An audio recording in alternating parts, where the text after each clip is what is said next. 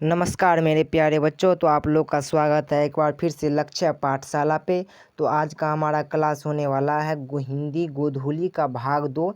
गोधूली भाग 2 का जो फर्स्ट चैप्टर है श्रम विभाजन और जाति प्रथा, श्रम विभाजन और जाति प्रथा। तो इसी का 1 नंबर क्वेश्चन और ऑब्जेक्टिव देखेंगे। इसका महत्वपूर्ण पॉइंट देखेंगे। इस चैप्टर में जो है चैप्टर है महत्वपूर्ण पॉइंट है वो सब देखेंगे। ठीक, तो चलिए क्लास को करते हैं स्टार्ट बिना किसी लेट का। देखिए इस पाठ का लेखक श्रम विभाजन और जाति प्रथा पाठ का लेखक कौन है? तो भीमराव अंबेडकर है। भीमराव अंबेडकर है। और तो भीमराव अंबेडकर का जन्म जो है वो 14 अप्रैल 1891 में मध्य प्रदेश महू के एक दलित परिवार में हुआ था। भीमराव अंबेडकर का जन्म कब हुआ? तो 14 अप्रैल 1891 ईस्वी को 14 अप्रैल 1891 ईस्वी को हुआ। और कहाँ हुआ? तो महू मध्य प्रदेश के एक दलित परिवार में हुआ था। दलित परिवार यानी कि पिछड़ा परिवार में हुआ था। उन्होंने भीमराव अंबेडकर, यहाँ पे उन्होंने का अर्थ आ जाएगा भीमराव अंबेडकर ने उच्च शिक्षा यानी कि हायर एजुकेशन के लिए अमेरिका और लंदन से प्राप्त की। क्या? तो भीमराव अंबेडकर अपनी उच्च शिक्षा यानी कि हायर एजुकेशन वो अमेरिका और लंदन जैसे बड़े देश से जाके प्राप्त किए थे। श्रम विभाजन और जाति प्रथा पाठ के श्रम विभाजन और जाति प्रथा पाठ भीमराव अंबेडकर के प्रसिद्ध भाषण एनिहिलेशन ऑफ कास्ट से लिया गया। प्रसिद्ध श्रम विभाजन और जाति प्रथा पाठ जो है वो श्रम विभाजन और जाति प्रथा पाठ भीमराव अंबेडकर का एक प्रसिद्ध भाषण था। क्या? तो एक प्रसिद्ध भाषण था एनिहिलेशन ऑफ कास्ट। इससे लिया गया था। किससे लिया गया था? तो एनिहिलेशन ऑफ कास्ट से लिया गया था। श्रम विभाजन और जाति प्रथा भीमराव अंबेडकर का जो पाठ है वो उसके भाषण से, इसके भाषण एनिहिलेशन ऑफ कास्ट से लिया गया था। एनिहिलेशन ऑफ कास्ट का हिंदी रूपांतर, हिंदी यानी कि एनिहिलेशन ऑफ कास्ट किसी दूसरे लैंग्वेज में था और उसको हिंदी भाषा में रूपांतरित किसने किया? तो ललई सिंह यादव ने उसको हिंदी भाषा में रूपांतरण किया। और बाबा साहब भीमराव अंबेडकर का निधन कब हुआ यानी कि उम्र कब गए, ठंडा कब हो गए वो? तो बाबा साहब भीमराव अंबेडकर का निधन 1956 में हुआ। कब? तो 1956 में। और कहाँ हुआ? तो दिल्ली में हुआ। तो बाबा साहब भीमराव अंबेडकर का निधन 1956 में दिल्ली में हुआ। कब? 1956 में दिल्ली में हुआ था। उनके चिंतक व रचनात्मक के मुख्यतः 3 प्रेरक व्यक्ति थे, बुद्ध, कबीर और ज्योतिबा फुले थे। उनके यानी कि वो जो चिंतक और रचनात्मक के जो 3 प्रेरक व्यक्ति थे यानी कि जिससे वो प्रेरित हुए थे, जिससे भीमराव अंबेडकर जिससे प्रेरित हुए थे वो व्यक्ति 3 थे। कौन कौन व्यक्ति थे? बुद्ध थे, कबीर थे और ज्योतिबा फुले थे। कौन कौन? बुद्ध, कबीर और ज्योतिबा फुले 3 व्यक्ति से प्रेरित होकर के भीमराव अंबेडकर ने ऐसा वर्क किया था। ठीक, चलिए इसका अब ऑब्जेक्टिव क्वेश्चन देख लीजिए। क्या श्रम विभाजन और जाति प्रथा पाठ कौन सी विद्या है? श्रम विभाजन और जाति प्रथा पाठ कौन सी विद्या है? तो निबंध है। या तो निबंध है। दूसरा क्वेश्चन है श्रम विभाजन और जाति प्रथा पाठ के लेखक कौन है? तो भीमराव अंबेडकर। श्रम विभाजन और जाति प्रथा पाठ के लेखक भीमराव अंबेडकर। क्वेश्चन नंबर 3 है कि बाबा साहब भीमराव अंबेडकर का जन्म कब हुआ? तो 14 अप्रैल 1891 ईस्वी में। 14 अप्रैल 1891 ईस्वी में।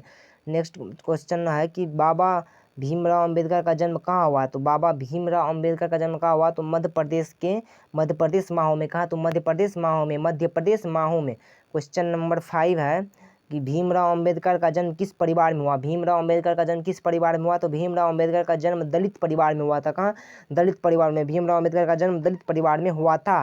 क्वेश्चन नंबर 6 है मानव मुक्ति के पुरोधा किसे कहा जाता है? मानव मुक्ति के पुरोधा किसे कहा जाता है? तो भीमराव अंबेडकर को मानव मुक्ति यानी कि भीमराव अंबेडकर ही छुआछूत की भावना को हटाया था। तो मानव मुक्ति के पुरोधा किसे कहा जाता है? भीमराव अंबेडकर को।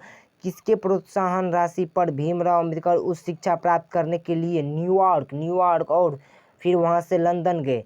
किसके प्रोत्साहन राशि बनेगी? किसके द्वारा उसे प्रोत्साहन राशि दिया गया जिससे वो कि उच्च शिक्षा प्राप्त करने के लिए न्यूयॉर्क और फिर वहां से लंदन गए? पहले न्यूयॉर्क गए और वहां से लंदन गए। तो बड़ौदा नरेश के प्रोत्साहन से वह उच्च शिक्षा प्राप्त करने के लिए पहले न्यूयॉर्क उसके बाद लंदन गए थे।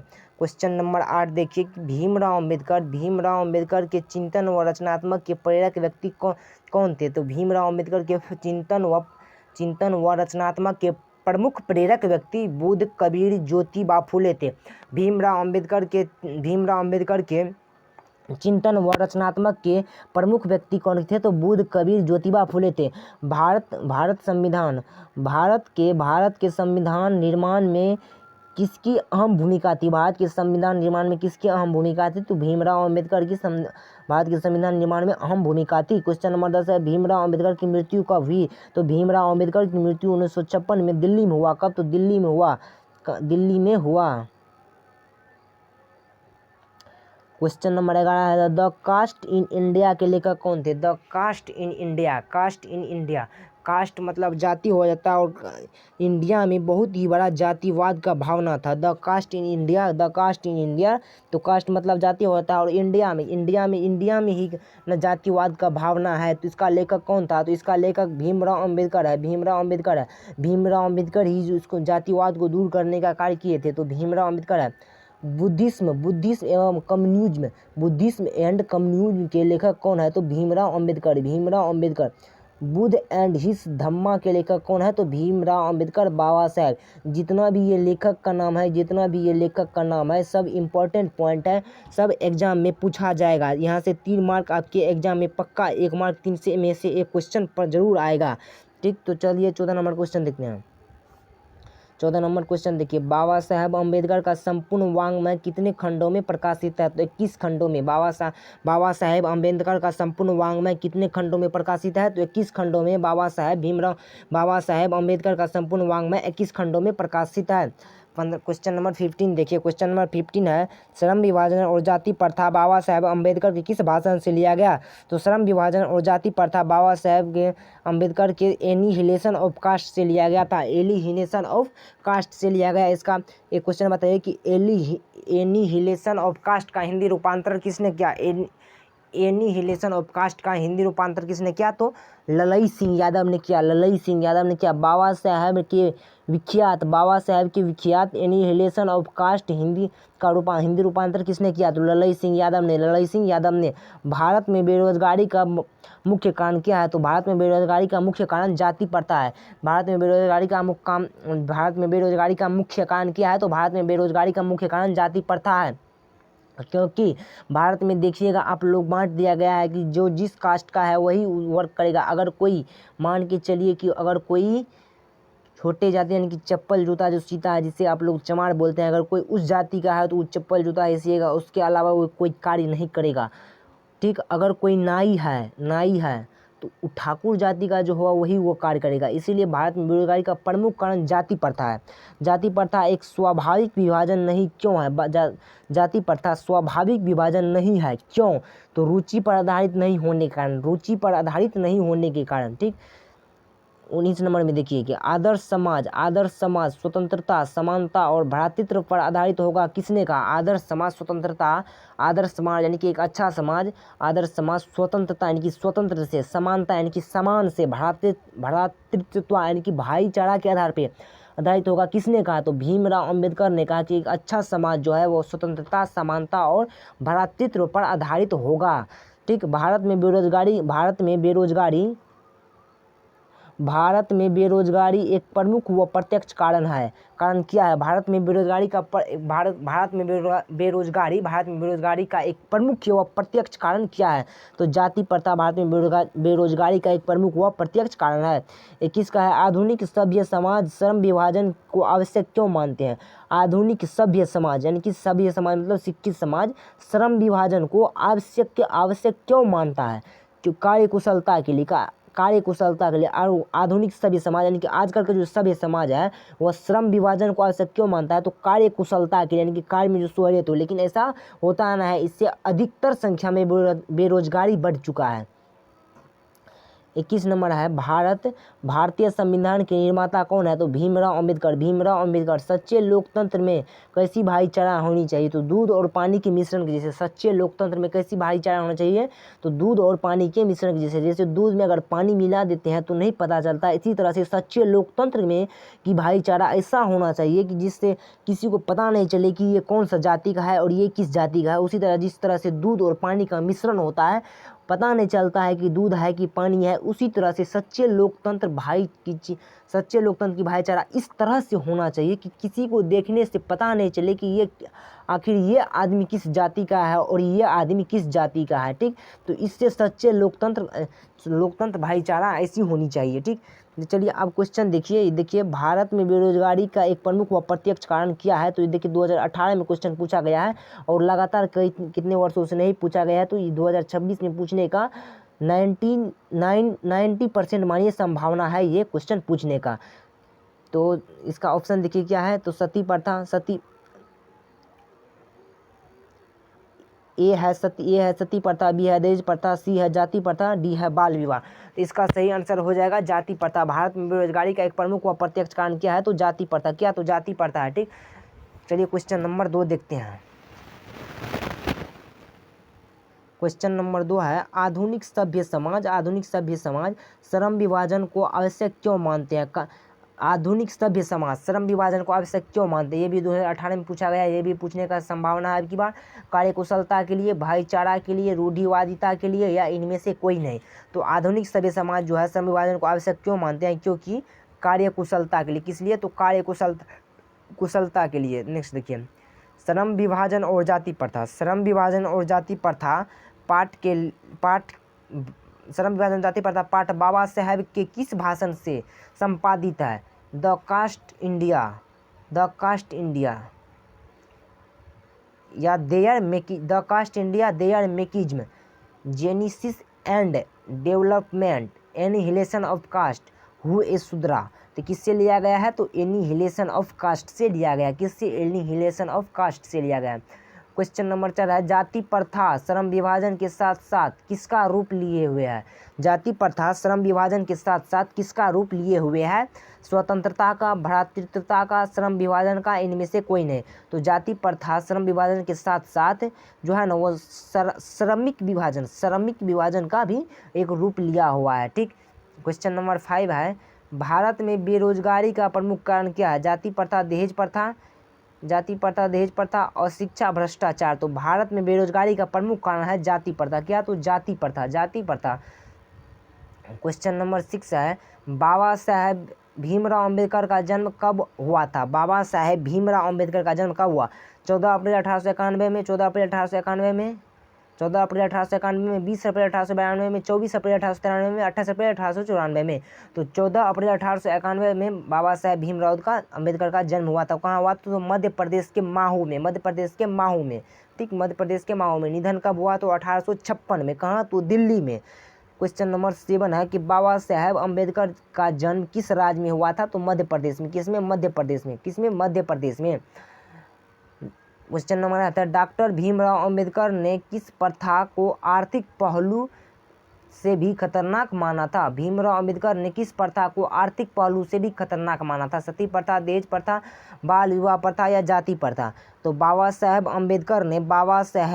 अंबेडकर ने किस प्रथा को आर्थिक पहलू से भी खतरनाक माना। तो जाति प्रथा को आर्थिक पहलू से भी खतरनाक माना। किसको, तो जाति प्रथा को आर्थिक पहलू से भी खतरनाक माना। क्वेश्चन नंबर 9 है कि श्रम विभाजन और जाति प्रथा के लेखक कौन है। भीमराव अंबेडकर या रामविलास शर्मा। तो इसमें कोई कहने की बात है, इसका लेखक कौन है, तो भीमराव अंबेडकर। ठीक, भीमराव अंबेडकर। क्वेश्चन नंबर 10 है आदर्श समाज स्वतंत्रता, समानता, भ्रातृत्वता पर आधारित होगा। किसने कहा। आदर्श समाज यानी कि एक अच्छा समाज स्वतंत्रता, समानता और भ्रातृत्वता पर आधारित होगा। किसने कहा, मैक्स मुलर ने, भीमराव अंबेडकर ने, बिरजू महाराज ने, अज्ञा ने। तो भीमराव अंबेडकर ने कहा, भीमराव अंबेडकर ने। क्वेश्चन नंबर 11 देखिए कि भारत में जाति प्रथा का प्रमुख कारण क्या है। बेरोजगारी, गरीबी, उद्योग धंधे में कमी, अमीरी। भारत में जाति प्रथा के मुख्य यानी कि जो कारण अधिक है वो क्या है। भारत में बेरोजगारी का मुख्य कारण, भारत में जाति प्रथा का मुख्य कारण क्या है, तो बेरोजगारी। बेरोजगार रहने के कारण जाति प्रथा की भावना अधिक उत्पन्न होता है। मानव मुक्ति के प्रोधा किसे कहा जाता है। नलिनी गुलशन शर्मा, यतीन्द्र मिश्र। यहाँ पे यतीन्द्र होगा और नहीं होगा, यह होगा यतीन्द्र मिश्र, भीमराव अम्बेडकर, अमरकांत। तो भीमराव अम्बेडकर को, किसको, तो भीमराव अम्बेडकर को।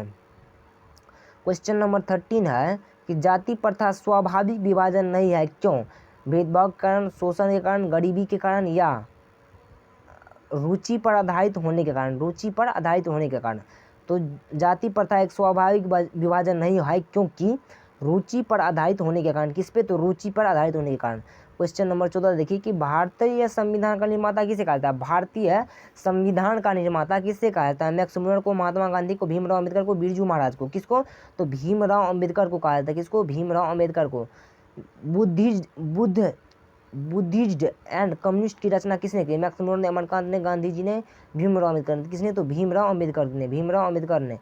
क्वेश्चन नंबर 16 है हु आर शूद्रा किसकी रचना है? भीमराव अम्बेडकर की, अमरकांत की, महात्मा गांधी की, भीमराव अम्बेडकर की। यहाँ पे भीमराव अम्बेडकर 2 बार लिखा गया है। भीमराव अम्बेडकर। इसको एक को काट दीजिए, यहाँ पे दे दीजिए यतीन्द्र कुमार मिश्र। क्या? तो यतीन्द्र कुमार मिश्र। यहाँ पे आप लोग लिख लीजिएगा यतीन्द्र कुमार मिश्र। तो इसका सही आंसर हो जाएगा भीमराव अम्बेडकर। किसने? तो भीमराव अम्बेडकर ने। क्वेश्चन नंबर 17 देखिए कि भीमराव अम्बेडकर के चिंतन व रचनात्मक के प्रेरक व्यक्ति कौन थे? बुद्ध, कबीर, ज्योतिबा फुले या इनमें से सभी? तो भीमराव अम्बेडकर के चिंतन व रचनात्मक के 3 व्यक्ति थे, बुद्ध, कबीर, ज्योतिबा फुले। तो डी इनमें से सभी। क्वेश्चन नंबर 18 देखिए कि बाबा साहेब भीमराव अम्बेडकर का जन्म किस परिवार में हुआ? ब्राह्मण, कायस्थ, ब्राह्मण, कायस्थ, क्षत्रिय, दलित। तो बाबा साहेब भीमराव अम्बेडकर का जन्म दलित परिवार में हुआ था। किसमें? तो दलित परिवार में हुआ। किसमें? दलित परिवार में हुआ। क्वेश्चन नंबर 19 देखिए भीमराव अम्बेडकर किसके प्रोत्साहन पर उच्चतर शिक्षा के लिए न्यूयॉर्क गए? इंदौर नरेश, बड़ौदा नरेश, मेवाड़ नरेश या राजकोट नरेश? तो बड़ौदा नरेश के प्रोत्साहन पर उच्चतर शिक्षा के लिए कहाँ गए? तो न्यूयॉर्क गए और वहाँ से फिर लंदन गए।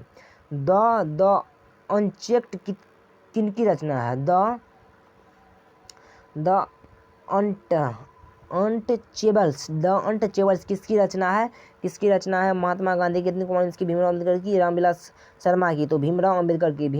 किसकी? भीमराव अम्बेडकर की।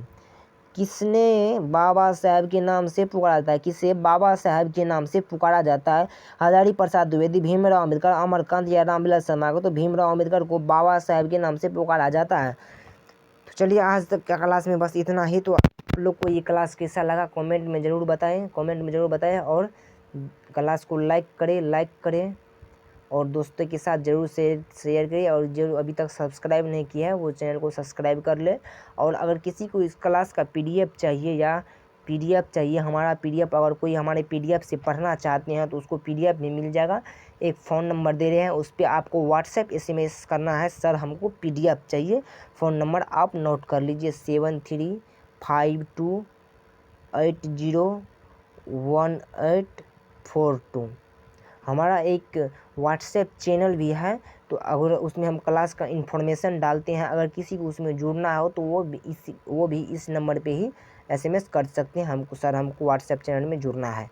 तो आज के लिए बस इतना ही। तब तक के लिए पढ़ते रहिए, मुस्कुराते रहिए। चलिए मिलते हैं किसी नेक्स्ट क्लास में किसी नेक्स्ट टॉपिक के साथ।